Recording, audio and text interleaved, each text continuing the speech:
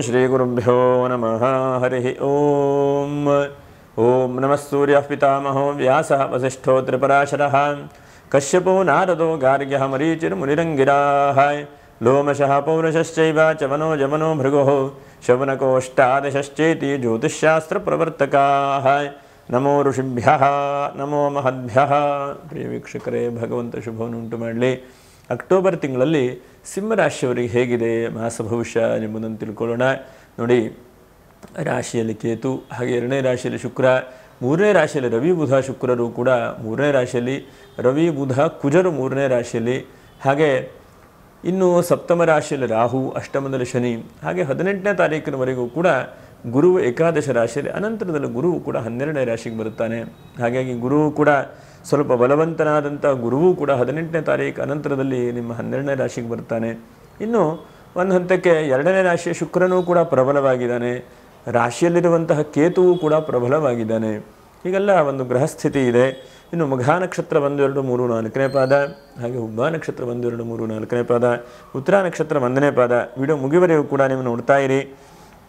ನಕ್ಷತ್ರ ಪರಿಹಾರಗಳು ಏನಿದೆ ಎಂಬುದನ್ನು ತಿಳಿಸ್ಕೊಡುವಂಥ ಒಂದು ಪ್ರಯತ್ನ ಮಾಡ್ತೇನೆ. ಇದು ಹೇಳುವಂಥದ್ದು ಗೋಚಾರ ಫಲ ಅಂಥೇಳಿ, ನಿಮ್ಮ ಜಾತಕದ ಮೇಲೆ ದಶಾಭುಕ್ತಿಗಳ ಮೇಲೆ ಸ್ವಲ್ಪ ವ್ಯತ್ಯಾಸವೂ ಕೂಡ ಇರಬಹುದು. ಇದೇ ಸಂಪೂರ್ಣವಾದಂಥ ತೀರ್ಮಾನ ಹೇಳುವಂಥದ್ದಲ್ಲ. ಇನ್ನು ನೋಡಿ, 2ನೇ ತಾರೀಕಿಗೆ ಬಹಳ ಉತ್ತಮವಾದಂಥ ದಿವಸ, ಯಾಕಂದರೆ ವಿಜಯದಶಮಿ ಇದೆ, ಗುರುವಾರ ಇದೆ, ಮತ್ತು ಶ್ರವಣ ನಕ್ಷತ್ರ. ಹಾಗಾಗಿ ಏನಾದರೂ ಒಂದು ನೂತನವಾದಂಥ ಕೆಲಸ ಕಾರ್ಯಗಳನ್ನು ಅಥವಾ ಪ್ಲ್ಯಾನನ್ನು ಮಾಡಲಿಕ್ಕೆ ಬಹಳ ಉತ್ತಮವಾದಂತಹ ದಿವಸ ಇದೆ. ಹಾಗೆ ಒಳ್ಳೆಯ ಕೆಲಸ ಕಾರ್ಯಗಳನ್ನು ಮಾಡಿಕೊಳ್ಳಿ. ಇನ್ನು ನೆಕ್ಸ್ಟು 7ನೇ ತಾರೀಕಿಗೆ ಸತ್ಯನಾರಾಯಣ ಸ್ವಾಮಿ ಪೂಜೆ ಮತ್ತು ಶ್ರೀ ಹುಣ್ಣಿಮೆ, ಶ್ರೀ ವಾಲ್ಮೀಕಿ ಜಯಂತಿಯು ಕೂಡ ಇದೆ 7ನೇ ತಾರೀಕಿಗೆ. 9ನೇ ತಾರೀಕಿಗೆ ಹಾಸನಾಂಬ ದರ್ಶನದ ಆರಂಭ. ಇನ್ನು 10ನೇ ತಾರೀಕಿಗೆ ಸಂಕಷ್ಟರ ಚತುರ್ಥಿ ಇದೆ. 17ನೇ ತಾರೀಕಿಗೆ ಸರ್ವೇಶಾಂ ಏಕಾದಶಿ. ಇನ್ನು 18ನೇ ತಾರೀಕಿಗೆ ಸಂಕ್ರಾಂತಿಯೂ ಕೂಡ ಇದೆ. ಹಾಗಾಗಿ ಗುರುವು ಕೂಡ ನೋಡಿ, ಸಂಕ್ರಾಂತಿ ಗುರು ಎರಡೂ ಕೂಡ 18ನೇ ತಾರೀಕು ಅನಂತರ ತುಲಾ ಸಂಕ್ರಾಂತಿ, ಗುರುವು ಕೂಡ 12ನೇ ರಾಶಿಗೆ ಬರುತ್ತಾನೆ. ಬಹಳ ಮುಖ್ಯವಾದಂಥ ಕಿವಿ ಮಾತೇನಂತಂದರೆ, ಈ ತಿಂಗಳಲ್ಲಿ ಏನೇನು ಕೆಲಸ ಕಾರ್ಯಗಳನ್ನು ಮಾಡಬೇಕು ಅಂದ್ಕೊಳ್ತಾ ಇರ್ತೀರೋ ಆದಷ್ಟು 18ನೇ ತಾರೀಕು ಪೂರ್ವದಲ್ಲೇ ಕೆಲಸ ಕಾರ್ಯಗಳಿಗೆ ಚಾಲನೆ ಕೊಡಿ. ಯಾಕಂದರೆ ಅದು ಸ್ವಲ್ಪ ಗುರುವಿನ ಬಲದಿಂದ ಸ್ವಲ್ಪ ಮುಂದೆ ಹೋಗ್ಬೋದು. ಇಲ್ಲ ಅಂತಾದರೆ ಶನಿಯು ಅಷ್ಟಮದಲ್ಲಿದ್ದಾನೆ, ಗುರುವು ಕೂಡ ವೇದಲ್ಲಿದ್ದಾನೆ. ಗುರುಬಲ ಶನಿಬಲ ಎರಡೂ ಕೂಡ ತುಂಬ ಕಷ್ಟ ಆಗುವಾಗ ಆಗಿಬಿಡುತ್ತೆ ನಿಮಗೆ. ಇನ್ನು 19ನೇ ತಾರೀಕಿಗೆ ನೀರು ತುಂಬುವಂತಹ ಹಬ್ಬ, ಅಂದರೆ ನಮ್ಮಲ್ಲಿ ದೀಪಾವಳಿ ವಿಶೇಷವಾದಂಥ ಹಬ್ಬ. 20ನೇ ತಾರೀಕಿಗೆ ನರಕ ಚತುರ್ದಶಿ, ಹಾಗೆ ಧನಲಕ್ಷ್ಮಿ ಪೂಜೆ ಮಾಡುವಂಥದ್ದು. 21ಕ್ಕೆ ಬಲೀಂದ್ರ ಪೂಜೆ. 22ನೇ ತಾರೀಕಿಗೂ ಕೂಡ ದೀಪಾವಳಿ ಹಬ್ಬ. ದೀಪಾವಳಿ ಯಾವುದಪ್ಪ ಅಂತಂದರೆ 22ನೇ ತಾರೀಕಿಗೆ, 22ನೇ ತಾರೀಕಿಂದ ಕಾರ್ತಿಕ ಮಾಸದ ಆರಂಭ. ಕಾರ್ತಿಕ ಮಾಸದಲ್ಲಿ ಎಲ್ಲ ಹಬ್ಬ ಹರಿದಿನಗಳೇ, ನಮಗೆ ಆಶ್ವೀಜ ಮಾಸ, ಕಾರ್ತಿಕ ಮಾಸ, ಮಾರ್ಗಶೀರ ಮಾಸ, ಈಗೆಲ್ಲ ಹಬ್ಬ ಹರಿದಿನಗಳೇ ಇದೆ. ಹಬ್ಬ ಹರಿದಿನಕ್ಕೆ ಕೂಡ ಅನುಕೂಲ ಇದೆ. ಆದರೆ ನೀವು ಸ್ವಲ್ಪ ಶ್ರಮಪಟ್ಟು ಪ್ರಯತ್ನ ಮಾಡಬೇಕು, ಯಾಕಂದರೆ ಗುರುವಿನ ಬಲವು ಸ್ವಲ್ಪ ಕಡಿಮೆ ಆಗ್ತಾ ಬರುತ್ತದೆ. ಇನ್ನು 27ನೇ ತಾರೀಕಿಗೆ ಕಾರ್ತಿಕ ಸೋಮವಾರವೂ ಕೂಡ ಇದೆ. ಒಟ್ಟಿನಲ್ಲಿ ಕಾರ್ತಿಕ ಮಾಸ ಹಬ್ಬ ಹರಿದಿನಗಳಿದೆ. ನೋಡಿ, ಒಟ್ಟಿನಲ್ಲಿ ನಿಮಗೆ ಯಾರಪ್ಪ ಈ ತಿಂಗಳಲ್ಲಿ ಕಾಯುವಂತಹ ಗ್ರಹಗಳು ಅಂತಂದರೆ, ಒಂದು ರಾಶಿಯಲ್ಲಿರುವಂತಹ ಕೇತು ಮತ್ತು ಸಪ್ತಮದಲ್ಲಿರುವಂತಹ ರಾಹು, 2 ಗ್ರಹಗಳು. ಅನಂತರದಲ್ಲಿ 2ನೇ ರಾಶಿಯ ಶುಕ್ರನೂ ಕೂಡ ಪರವಾಗಿಲ್ಲ. ಇನ್ನು 3ನೇ ರಾಶಿಯಲ್ಲಿ ಬುಧಾದಿತ್ಯರು ಕೂಡ ತೃತೀಯ ಸ್ಥಾನದಲ್ಲಿ ಯೋಗವಾಗಿದೆ. ಇವೆಲ್ಲ ಸ್ವಲ್ಪ ನಿಮಗೆ ಅನುಕೂಲ, ಒಳ್ಳೆ ರೀತಿಯಾದಂಥ ಫಲಗಳು, ಹೆಚ್ಚಿನದಾದಂಥ ಲಾಭಾಂಶಗಳು ಸಿಗುವ ಹಾಗೆ ಆಗಬಹುದು.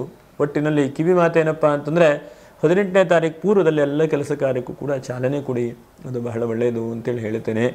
ಇನ್ನು ಏನೇನು ಈ ತಿಂಗಳಲ್ಲಿ ಬದಲಾವಣೆ ಆಗಬಹುದಪ್ಪ ಅಂತಂದರೆ, ತಂದೆ ತಾಯಿಯರ ವಿಶೇಷವಾದಂಥ ಆಶೀರ್ವಾದ ಈ ತಿಂಗಳಲ್ಲಿ ಸಿಗುವಂಥ ಸಾಧ್ಯತೆಗಳಿದೆ.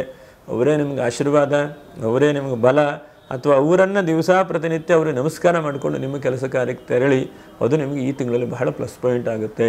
ಅಂದರೆ ರಾಶಿಯಲ್ಲಿರುವಂಥ ಕೇತು, ಸಪ್ತಮದಲ್ಲಿರುವಂತಹ ರಾಹು, ಯಾಕಂದರೆ ವಿಪ್ರಾಶಿಷೋನುಗ್ರಹಂ ಅಂತ ಹೇಳ್ತದೆ. ಯಾಕಂದರೆ ನಮ್ಮ ಜೀವನದಲ್ಲಿ ಹಿರಿಯರು, ಗುರುಗಳು, ದೇವರು, ತಂದೆ ತಾಯಿಯವರ ಆಶೀರ್ವಾದ ಹೇಳುವಂಥದ್ದು ನಮ್ಮ ಅನೇಕ ಕಷ್ಟಗಳಿಂದ ಹೊರಗಡೆ ಬರಲಿಕ್ಕೆ ಒಂದು ಅವಕಾಶಗಳಾಗುತ್ತೆ ಅಂತ. ಮಹಾತ್ಮರ ಅನುಗ್ರಹವೇ ಬಹಳ ಮುಖ್ಯವಾದಂಥದ್ದು. ಹಾಗಾಗಿ ಈಗ ಈ ತಿಂಗಳಲ್ಲಿ ನಿಮಗೆ ತಂದೆ ತಾಯಿಯವರ ವಿಶೇಷವಾದಂಥ ಆಶೀರ್ವಾದದ ಅಗತ್ಯತೆ ಇದೆ. ಹಾಗಾಗಿ ಅದನ್ನು ನಾವು ಯಾವಾಗೂ ಕೂಡ ಪ್ರತಿನಿತ್ಯವೂ ಕೂಡ ಮಾಡಬೇಕು ಅವರಿಗೆ ನಮಸ್ಕಾರವನ್ನು. ಆದರೆ ಈ ತಿಂಗಳಲ್ಲಿ ಪ್ರತಿನಿತ್ಯವೂ ಕೂಡ ಮಾಡುವಂಥದ್ದು ತುಂಬ ಉತ್ತಮವಾದಂಥದ್ದು. ಹಾಗಾಗಿ ತಂದೆ ತಾಯಿಯವರ ಆಶೀರ್ವಾದ ಪಡ್ಕೊಳ್ಳಿ, ಅದರಿಂದ ಬಹಳ ಉತ್ತಮವಾದಂಥ ಫಲಿತಾಂಶಗಳನ್ನು ಎಲ್ಲ ಕೆಲಸದಲ್ಲೂ ಕೂಡ ಕಾಣ್ತೀರಿ.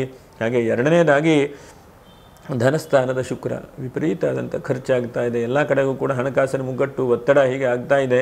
ಆದರೂ ಕೂಡ ಅದು ಒಳ್ಳೆಯದಕ್ಕೋಸ್ಕರವಾಗ್ತಾ ಇದೆ. ಹಣ ಬರ್ತದೆ, ಒಂದು ತಿಂಗಳಲ್ಲಿ ಒಂದು ಸ್ವಲ್ಪ ಹಣ ಬಂದ ಹಾಗೆ ಆಗ್ತದೆ, ಅದ್ರ ಖರ್ಚೇ ಜಾಸ್ತಿ ಆಗ್ತದೆ. ಈ ತಿಂಗಳಲ್ಲಿ ಖರ್ಚಿನ ವ್ಯವಸ್ಥೆ ಜಾಸ್ತಿ ಇದೆ ನಿಮಗೆ. ಇನ್ನು ತೃತೀಯ ರಾಶಿಯಲ್ಲಿ ರವಿ ಇದ್ದಾನೆ, ಬುಧನ ಜೊತೆಗಿದ್ದಾನೆ, ವಿದ್ಯಾಭ್ಯಾಸ ಮಾಡ್ತಾ ಇರುವಂಥ ಮಕ್ಕಳಿಗೆ ಚೆನ್ನಾಗಿದೆ. ಒಂದು ಹಂತಕ್ಕೆ ನಿಮಗೂ ಕೂಡ ಸಣ್ಣ ಪುಟ್ಟ ಅನಾರೋಗ್ಯಗಳಿದ್ರೆ ಅದೆಲ್ಲ ಆರೋಗ್ಯದ ಕಡೆಗೆ ಬರುತ್ತೆ. ಮನಸ್ಸಿಗೆ ಸ್ವಲ್ಪ ಧೈರ್ಯವೂ ಕೂಡ ಬರುತ್ತೆ. ಕುಜನ ಜೊತೆಗಿದ್ದಾನೆ, ಹಾಗಾಗಿ ಸ್ವಲ್ಪ ಹೋರಾಟ ಮಾಡುವಂತಹ ಪ್ರಯತ್ನ. ಇವತ್ತಾಗಲಿಲ್ಲ ಅಂಥೇಳಿ ಬಿಡುತ್ತಾ ಇಲ್ಲ, ಮತ್ತೆ ಮುಂದೆ ಹೋಗ್ತೀರಿ, ನಾಳೆ ಹೋಗ್ತೀರಿ, ನಾಡಿದ್ದು ಹೋಗ್ತೀರಿ, ಮುಂದಿನ ದಿವಸ ಹೋಗ್ತೀರಿ. ಹಾಗಾಗಿ ಹೋರಾಟ ಮಾಡುವಂಥ ಪ್ರಯತ್ನ ಬಿಡಬೇಡಿ. ಮುಂದೆ ಹೆಚ್ಚಿನದಾದಂಥ ಅನುಕೂಲತೆಗಳನ್ನು ಕೂಡ ಕೊಡ್ತಾನೆ. ಮತ್ತು ಸೋದರರಿಂದ ಅನುಕೂಲ, ಭ್ರಾತೃಗಳಿಂದ ಅನುಕೂಲ, ಅಣ್ಣ ತಮ್ಮ ಅಕ್ಕ ತಂಗಿ ಹೀಗೆ ನಿಮ್ಮ ಕುಟುಂಬದ ಸದಸ್ಯರು ಈ ತಿಂಗಳಲ್ಲಿ ಹೆಲ್ಪ್ ಮಾಡ್ತಾರೆ, ಈ ತಿಂಗಳಲ್ಲಿ ಅನುಕೂಲ ಆಗೋ ಹಾಗೆ ಮಾಡ್ತಾರೆ. ಅಥವಾ ನಿಮ್ಮ ಜೊತೆಗಿರುವಂಥ ಪಾರ್ಟ್ನರ್ ಯಾರಾದರೂ ಒಂದು ಕಂಪನಿ ನಡೆಸ್ತಾ ಇದ್ದರೆ ಆ ಕಂಪನಿಯ ಪಾರ್ಟ್ನರ್ಗಳು ನಿಮಗೆ ಸಹಾಯ ಸಹಕಾರಗಳನ್ನು ಕೂಡ ಮಾಡ್ತಾರೆ. ಹಾಗೆ ಭೂಮಿಯ ವ್ಯಾಜ್ಯ, ಭೂಮಿಯ ಕಿರಿಕಿರಿ ಏನೋ ನಡೀತಾ ಇರುವಂಥದ್ದು ಸ್ವಲ್ಪ ಇತ್ಯರ್ಥ ಆಗುವಂಥ ಹಂತಕ್ಕೆ ಬರುತ್ತೆ, ಅಥವಾ ಸ್ವಲ್ಪ ದೂರ ಆಗ್ತದೆ, ಅಂದರೆ ಒಳ್ಳೆಯ ಥರದಲ್ಲಿ ಪರಿಣಾಮ ಬರಬಹುದು. ಇನ್ನು ಬುಧನೂ ಕೂಡ ದ್ವಿತೀಯಾಧಿಪತಿಯಾದಂಥವನು ತೃತೀಯದಲ್ಲಿ ಕೂತ್ಕೊಂಡಿದ್ದಾನೆ. ಬುಧ ಏನು ಮಾಡಬಹುದು ಅಂತಂದರೆ ನಿಮ್ಮ ನಾಲೆಜು, ನಿಮ್ಮ ಜ್ಞಾನ ಮತ್ತು ಹಿಂದೆ ಯಾವುದೋ ಒಂದು ಒಳ್ಳೆಯದು ಮಾಡದಂತಹ ಒಂದು ಕೆಲಸದ ಫಲಿತಾಂಶವನ್ನು ಈ ತಿಂಗಳಲ್ಲಿ ಕಾಣಬಹುದು. ಎಷ್ಟೋ ಸಲ ಇವತ್ತು ಬೀಜ ಹಾಕದಂಥದ್ದು ಇವತ್ತೇ ನಮಗೆ ಫಲ ಸಿಗುವುದಿಲ್ಲ. ಹಾಗೆ ಕರ್ಮ ಇರಬಹುದು, ಕೆಲಸ ಇರಬಹುದು, ಒಳ್ಳೆಯದು ಹೇಳುವಂಥದ್ದು ಇರಬಹುದು. ಅದು ಎಷ್ಟೋ ವರ್ಷಗಳ ಕಾಲ ನಾವು ಅದನ್ನು ಒಳ್ಳೆಯ ಕೆಲಸಗಳನ್ನು ಮಾಡ್ತಾ ಇದ್ದು ನಮ್ಗೆ ಒಳ್ಳೆಯ ಫಲಗಳನ್ನು ಕೊಡುತ್ತೆ. ಹಾಗಾಗಿ ಇವತ್ತಿನ ದಿವಸ ನೀವು ಒಳ್ಳೆಯದಾಗಿದ್ದೀರಿ ಅಂದರೆ ಯಾವುದೋ ಈ ಜನ್ಮದಲ್ಲೋ ಅಥವಾ ಹಿಂದಿನ ಜನ್ಮದಲ್ಲೋ ನೀವು ಮಾಡಿರುವಂಥ ಪುಣ್ಯಾಂಶದ ವಿಶೇಷದಿಂದ ಚೆನ್ನಾಗಿದ್ದೀರಿ ಅಂತ ಅರ್ಥ. ಇವತ್ತು ಮಾಡಿದ್ದು ಇವತ್ತೇ ಸಿಗುತ್ತೆ ಅಂತ ಹೇಳಿ ಇಲ್ಲ ನಮ್ಮಲ್ಲಿ.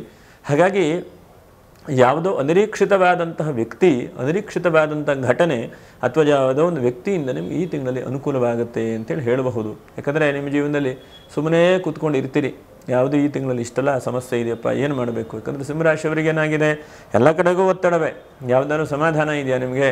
ನೋಡಿ, ಒಂದು 5-6 ಬಹಳ ಘಟನೆಗಳನ್ನು ನಡೀತಾ ಇರಬಹುದು. ಒಂದು ಕಾನೂನು ರೀತಿಯಲ್ಲಿ, ಒಂದು ರಾಜಕೀಯ ವ್ಯವಸ್ಥೆಯಲ್ಲಿ, ಮತ್ತು ಇದ್ದಕ್ಕಿದ್ದ ಹಾಗೆ ನಿಮ್ಮವರೇ ನಿಮಗೆ ಸ್ವಲ್ಪ ಕಿರಿಕಿರಿ ಮಾಡುವಂಥದ್ದು, ಹಿಂದೆ ತೊಂದರೆ ಮಾಡ್ತಾ ಇರುವಂಥದ್ದು. ಮತ್ತು ಹಣಕಾಸು ಬರುತ್ತೆ ಅಂತ ಅನಿಸುತ್ತೆ, ನಾವು ಬರುವಂಥ ಹಣಕಾಸು ಎಲ್ಲೋ ಹಿಂದೆ ಮುಂದೆ ಹೇಗೋ ಆಗಿಬಿಡುತ್ತೆ ಹಣಕಾಸು ಕೂಡ. ಹೀಗೆ ಇಂತಹ ಬಹಳ ಒತ್ತಡ, ಬಹಳ ಮನಸ್ಸಿನ ತೊಂದರೆಯಲ್ಲಿ ಇದ್ದೀರಿ ನೀವು. ಆದರೂ ಕೂಡ ತೃತೀಯದಲ್ಲಿರುವಂತಹ ಕುಜ ನಿಮ್ಮ ಹೋರಾಟ ನಿರಂತರ. ಹಾಗಾಗಿ ಈ ತಿಂಗಳಲ್ಲಿ ಆ ಹೋರಾಟ ನಿಲ್ಲಿಸಬೇಡಿ, ಮುಂದೆ ಹೋಗುವಂಥ ಪ್ರಯತ್ನವನ್ನು ಮಾಡಿ. ಮತ್ತು ಭೂಮಿ ವ್ಯಾಪಾರ ವ್ಯವಹಾರ ಮಾಡೋರಿಗೆ ಒಳ್ಳೆಯದು. ಯಾಕಂದರೆ ಕುಜನು ತೃತೀಯದಲ್ಲಿದ್ದಾನೆ, ಹಾಗಾಗಿ ನಿಮಗೆ ಹೊಂದಂಥ ವಿಕ್ರಮವನ್ನು ಕೂಡ ಕೊಡ್ತಾನೆ. ಅಥವಾ ಯಾವುದೋರಿಂದ ಬರಬೇಕಾದಂಥ ಋಣ ಅಥವಾ ಹಣ ಈ ತಿಂಗಳಲ್ಲಿ ಬರುವಂಥ ಸಾಧ್ಯತೆಗಳಿದೆ. ಯಾಕಂದರೆ ತುಂಬ ಅಲ್ದಾಡ್ತಾ ಇದ್ದೀರಿ, ಯಾರೋ ಒಬ್ಬರಿಗೆ ದುಡ್ಡು ಕೊಟ್ಬಿಟ್ಟಿದ್ದೀರಿ. ಯಾಕಂದರೆ ನೀವು ಯಾವಾಗೂ ಸಿಂಹರಾಶಿಯವರು ಹೀಗೆ ಇನ್ನೊಬ್ಬರಿಗೆ ದಾನ ಮಾಡೋದಲ್ಲಿ ಬಹಳ ಮುಖ್ಯವಾಗಿ ಕೊಡುವಂಥ ವ್ಯಕ್ತಿಗಳು. ಹಾಗಾಗಿ ಆ ಹಣ ಕೊಟ್ಟಂತಹ ಅಥವಾ ಇನ್ನೊಬ್ಬರಿಗೆ ಹೆಲ್ಪ್ ಮಾಡಿರುವಂಥದ್ದು ದಾನ ಅಂತಂದರೆ ಅಪೇಕ್ಷೆ ಇಲ್ಲದೆ ಮಾಡುವಂಥದ್ದಕ್ಕೆ ದಾನ ಅಂತ ಹೇಳ್ತಾರೆ, ದಾತುಂ ಇಚ್ಛೇತ್ ಅಂತ. ಹಾಗಾಗಿ ನೀವು ದಾನ ಮಾಡಿ ಒಳ್ಳೆಯದು ಕೊಟ್ಟರೆ ಸಂತೋಷ, ಅಥವಾ ಯಾರೋ ಒಬ್ಬರಿಗೆ ಸಹಾಯ ಮಾಡಬೇಕು ಹೇಳುವಂಥ ಉದ್ದೇಶದಿಂದ 6 ತಿಂಗಳ, ವರ್ಷ, 2 ವರ್ಷದಲ್ಲಿ ಹಣ ವಾಪಸ್ ಬರಲಿ ಅಂಥೇಳಿ ಯಾರಿಗಾರು ಕೊಟ್ಟಿಟ್ಟಿದ್ದರೆ ಆ ಹಣ ಬರುವಂಥ ಸಾಧ್ಯತೆಗಳಿದೆ. ಇನ್ನು ಸ್ವಲ್ಪ ಈ ತಿಂಗಳಲ್ಲಿ ಪ್ರಯಾಣ ಯೋಗ, ಆ ಕಡೆ ಈ ಕಡೆ ಓಡಾಡುವಂಥದ್ದು, ಆ ಕಡೆ ಈ ಕಡೆ ಸುತ್ತುವಂತಹದ್ದು ಇದು ಸ್ವಲ್ಪ ಜಾಸ್ತಿ ಆಗಬಹುದು. ಅದರ ಜೊತೆಯಲ್ಲಿ ಸ್ವಲ್ಪ ವಾಹನದ ವಿಷಯದಲ್ಲಿ ಸ್ವಲ್ಪ ಜಾಗ್ರತೆ.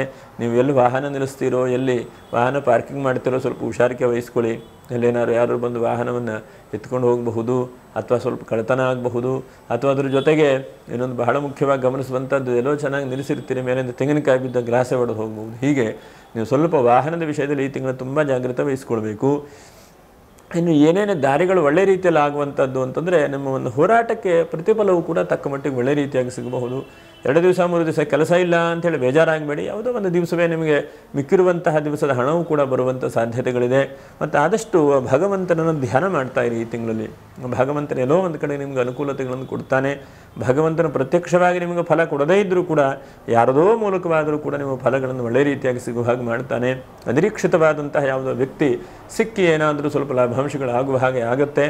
ಮತ್ತು ನಿಮ್ಮ ರಾಜಕೀಯ ಜೀವನ ಇರಬಹುದು, ದೊಡ್ಡ ದೊಡ್ಡ ಬಿಸ್ನೆಸ್ ಮೈಂಡ್ ಇರಬಹುದು, ಅದನ್ನು ಕುಂದು ಕೊರತೆ ಇದ್ದರೂ ಕೂಡ ಅದನ್ನು ಧೈರ್ಯದಿಂದ ಮುನ್ನುಗ್ಕೊಂಡು ಹೋಗ್ತಾ ಬನ್ನಿ. ಯಾಕಂದರೆ 2 ತಿಂಗಳ 3 ತಿಂಗಳ ಇಲ್ಲ ಅಂತಾದರೂ ಕೂಡ ಎಲ್ಲೋ ಒಂದು ಕಡೆಗೆ ಒಂದು ಕೆಲಸ ಆದರೂ ಆಗುತ್ತೆ ನಿಮಗೆ. ಸಿಂಹರಾಶಿಯವರಿಗೆ ಹಾಗೆ ಹುಲಿ ಹಸುವುಕೊಂಡು ಹುಲ್ಲು ತಿನ್ನುವುದೇನಂತೆ, ಹಾಗೆ ನೀವು ಕಾಯ್ತಾ ಇರ್ತೀರಿ ಜೀವನದಲ್ಲಿ. ಹಾಗಾಗಿ ನಿಮ್ಮ ಕಾಯುವಂತಹದ್ದು ಒಳ್ಳೆಯದೇ. ಆ ಕಾಯುವಂಥದ್ದಕ್ಕೆ ಒಳ್ಳೆಯ ರೀತಿಯಾದಂಥ ಫಲಗಳನ್ನು ಕೂಡ ಭಗವಂತ ನೀಡುತ್ತಾನೆ. ಇನ್ನು ನೋಡಿ, 2ನೇ ತಾರೀಕು ಬಹಳ ಒಳ್ಳೆಯದಿದೆ ಪೂಜೆ ಪುನಸ್ಕಾರಗಳನ್ನು ಮಾಡಲಿಕ್ಕೆ. ಇನ್ನು 6ನೇ ತಾರೀಕು ಕೂಡ ಪೂಜೆ ಪುನಸ್ಕಾರಗಳನ್ನು ಮಾಡಲಿಕ್ಕೆ ಚೆನ್ನಾಗಿದೆ. ಇದೆರಡು ದಿವಸ ಏನಾದರೂ ಪೂಜೆ ಪುನಸ್ಕಾರಗಳನ್ನು ಮಾಡಿಕೊಳ್ಳಿ. ಇನ್ನು ನಕ್ಷತ್ರ ಪರಿಹಾರಗಳೇನು? ಮಘಾ ನಕ್ಷತ್ರ, ನಿಮ್ಗೆ ಸಾಧ್ಯ ಆದರೆ ವಿಜಯದಶಮಿ ದಿವಸ ನೀವು ಎಷ್ಟು ಸಾಧ್ಯ ಆಗುತ್ತೋ ಅಷ್ಟು ಅನ್ನದಾನ ಮಾಡುವಂತಹ ಒಂದು ಪ್ರಯತ್ನವನ್ನು ಮಾಡಿ.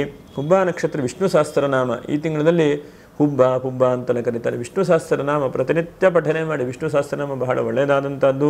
ಇನ್ನು ಉತ್ತರ ನಕ್ಷತ್ರ, ಉತ್ತರ ನಕ್ಷತ್ರದವರು 1ನೇ ಪಾದದವರು ಸ್ವಲ್ಪ ಗಲಿಬಿಲಿ ಚಿಂತೆ ಎಲ್ಲವೂ ಕೂಡ ಆಗ್ತಾ ಇದೆ.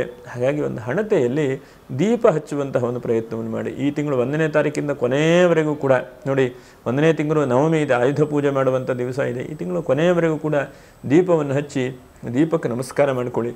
ಅಮ್ಮ ನನಗೆ ಅನುಗ್ರಹ ಮಾಡು, ಯಾವುದೇ ರೀತಿಯಾದಂಥ ತೊಂದರೆ ತಾಪತ್ರಗಳಿದ್ದರೂ ಕೂಡ ಅದನ್ನೆಲ್ಲ ಪರಿಹಾರ ಮಾಡಿ ರಕ್ಷಣೆ ಮಾಡಿಕೊಡು ಅಂಥೇಳಿ ಕೇಳ್ತಾ ಬನ್ನಿ. ನೀವು ಇಷ್ಟು ಮಾಡಿದರೆ ನಿಮಗೆ ಈ ತಿಂಗಳಲ್ಲಿ ಹೆಚ್ಚಿನದಾದಂಥ ಲಾಭಾಂಶಗಳನ್ನು ಭಗವಂತ ಅನುಗ್ರಹಿಸಬಹುದು. ಏನೇ ಕೆಲಸ ಕಾರ್ಯಗಳಿದ್ದರೂ ಕೂಡ 18ನೇ ತಾರೀಕು ಒಳಗಡೆ ಮಾಡಿ ಅಂತ ಹೇಳ್ತಾ ಮುಂದಿನ ವಿಡಿಯೋದಲ್ಲಿ ಭೇಟಿ ಮಾಡೋಣ. ನಮಸ್ಕಾರ. ಲೋಕಾ ಸಮಸ್ತ ಸುಖಿನೋ ಭವಂತು. ನಮಸ್ಕಾರ.